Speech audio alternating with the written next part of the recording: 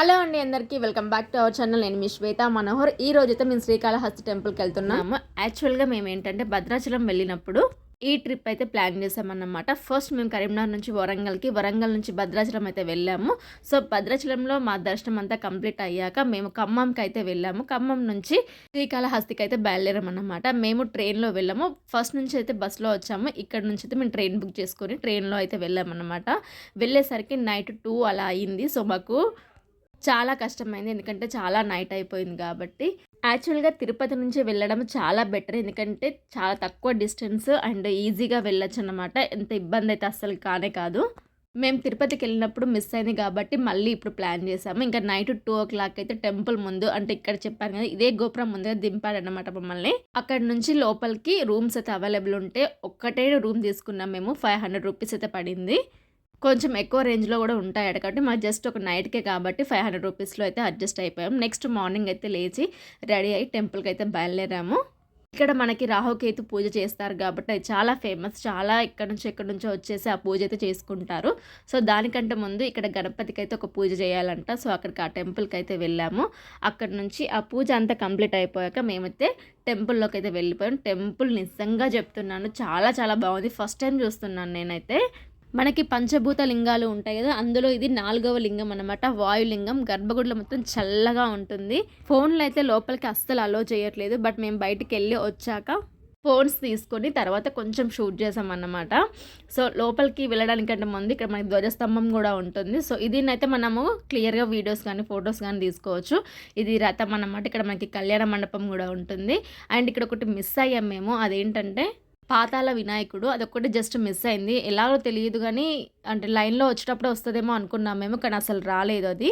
So అదొక్కటి miss అయ్యాము. తర్వాత లోపలికి వెళ్దాం అనుకున్నాం కానీ మళ్ళీ కుదరలేదు. అండ్ మళ్ళీ మాకు రిటర్న్ బ్యాక్ వెళ్ళడానికి ట్రైన్కి టైం కూడా అవుతుంది. సో ఇవన్నీ దృశ్యం మేమైతే లోపలికి వెళ్ళామన్నమాట. ఇంకా సరౌండింగ్స్ టెంపుల్స్ కూడా చూపిస్తాను చూడండి. ఈ టెంపుల్ అయితే నిజంగా చెప్తాను, టెంపుల్ కాదు జస్ట్ గోపురమే ఉంది ఇక్కడైతే.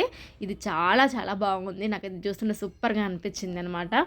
ఇక్కడ నుంచి మనకి ఇదేంటంటే ఫస్ట్ దిగిన గోపురం కాడ నుంచి ఇలా ముందుకెళ్తే ఇవన్నీ కూడా కనిపిస్తాయి అనమాట. మేము చూపించిన ఫస్ట్ టెంపుల్ అదే. సో ఇక్కడ మనకి షెడ్స్ కూడా ఉంటాయి. ఒకవేళ రూమ్స్ అవైలబుల్లో లేకపోతే ఇక్కడ షెడ్స్లో పడుకోవచ్చు. అండ్ ఇక్కడ గంగా స్నాన ఘట్టం కూడా ఉంటుంది, స్నానం కూడా చేయొచ్చు. బట్ చాలామంది ఏంటంటే రూమ్స్ తీసుకుంటారు కాబట్టి రూమ్స్లోనే చేస్తారు. బట్ ఇక్కడ కూడా చేయొచ్చు అనమాట. లోపలికి దిగడానికి అయితే లేదు, బట్ జస్ట్ మన వాటర్ అయితే వేసుకోవచ్చు. ఇది ఇంకోటి ఎంట్రన్స్ అనమాట. ఇందులోకి వెళ్ళి కూడా వెళ్ళొచ్చట ఎంట్రన్స్. బట్ మేము ఏంటంటే రిటర్న్ బ్యాక్ దర్శనం చేసుకుని ఇందులోకి వెళ్ళి బయటకు వచ్చాము. ఇక్కడ కాస్త లోపలికి వెళ్ళాక మనకి షాపింగ్స్ ఉంటాయి. అండ్ మనకి ప్రసాదం తీసుకునే కౌంటర్స్, ఇంకేమన్నా డౌట్స్ ఉంటే ఎంక్వైరీ రూమ్ కూడా ఉంటుంది. సో ఇవన్నీ కూడా ఇక్కడే ఉంటాయి అన్నమాట. సో ఇది ఎంట్రన్స్ అని కూడా చెప్పారు, అంటే ఇట్లకెళ్ళి కూడా వెళ్ళొచ్చు. బట్ మేమేమంటే పూజ చేసుకున్నాం కాబట్టి సో అటు సైడ్ నుంచి అయితే రావడం జరిగింది. ఇంతకీ రాహుకేతు పూజకి ఎంత అమౌంట్ పడిందో చెప్పలేదు కదా. ఈచ్ వన్ అయితే 500 రూపీస్ పడుతుంది. అంటే 500 రూపీస్ టికెట్ మేము తీసుకున్నాం, దానికన్నా ఎక్కువ కూడా ఉంటాయట. 1500, 1000, 2000 అలాంటివి కూడా ఉంటాయి. మీరు మీ ఇష్టమైన తీసుకోవచ్చు. 500 మెంబర్స్లో ఏంటంటే ఒక 50 మెంబర్స్ని కూర్చోపెట్టి పూజ అయితే చేస్తారు. కొంచెం 1000 అయితే ఇంకొంచెం తగ్గుతారనమాట. ఇక్కడ మనకి ట్రిప్స్ కూడా ప్లాన్ చేస్తున్నారు. సో చూడండి, ఇక్కడ మేము చూపిస్తున్న ఫ్లెక్సీ, ఇందులో మనం చుట్టుపక్కల ఉన్న అన్ని కూడా సరౌండింగ్స్ అన్నీ కూడా కవర్ చేసుకోవచ్చు. రాహుకేతు పూజ చేసుకోవడం వల్ల ఏంటంటే చాలామందికి ఉన్న నరదృష్టి కానీ, పెళ్ళి కాకపోవడం, సంతానం కాకపోవడం, ఏదైనా జాబ్లో సెటిల్ కాకపోవడము, ఇంకా ఇలాంటివి ఎన్ని ఉన్నా కూడా అవన్నీ కూడా ఈ రాహుకేతు పూజ చేసి నయం చేస్తారంట.